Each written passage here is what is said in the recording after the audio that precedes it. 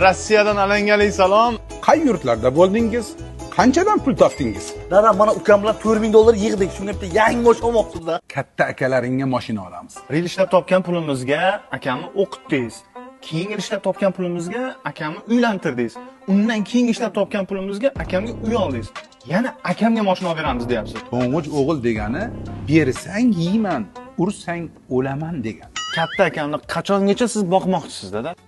40 yoshigacha men boqar ekanman uni. Keyinchi? 40 yoshidan keyin o'g'lim boqadi deyapti. Hamma o'rtancha o'g'il shunaqa qiynaladimi? Katta o'g'il zo'r bo'lib ketadi. Kichkina uy qoladi, o'rtadagi nima qoladi? Nolima. O'tgan yilgi daromadga mana uyni remont qildik-ku. Ya, bu uyni remont qilganingiz bilan, bu ukamga qoladi-ku. Men nima qilib, menga nima foyda? Hamma foydani sen ko'rding. Qiyinchilikka qarshi chidashni o'rganding. Men nimaga erishdim? Hech bo'lsa dada uylantirib qo'ying meni. Ko'z ostingga olib qo'yganing bormi? Bor. Ko'cha boshidagi Sattor akam qizlari, Iboli, hammasini bilan zo'r qiz. U qizni ukangga olib beramiz. Nimaga menchi?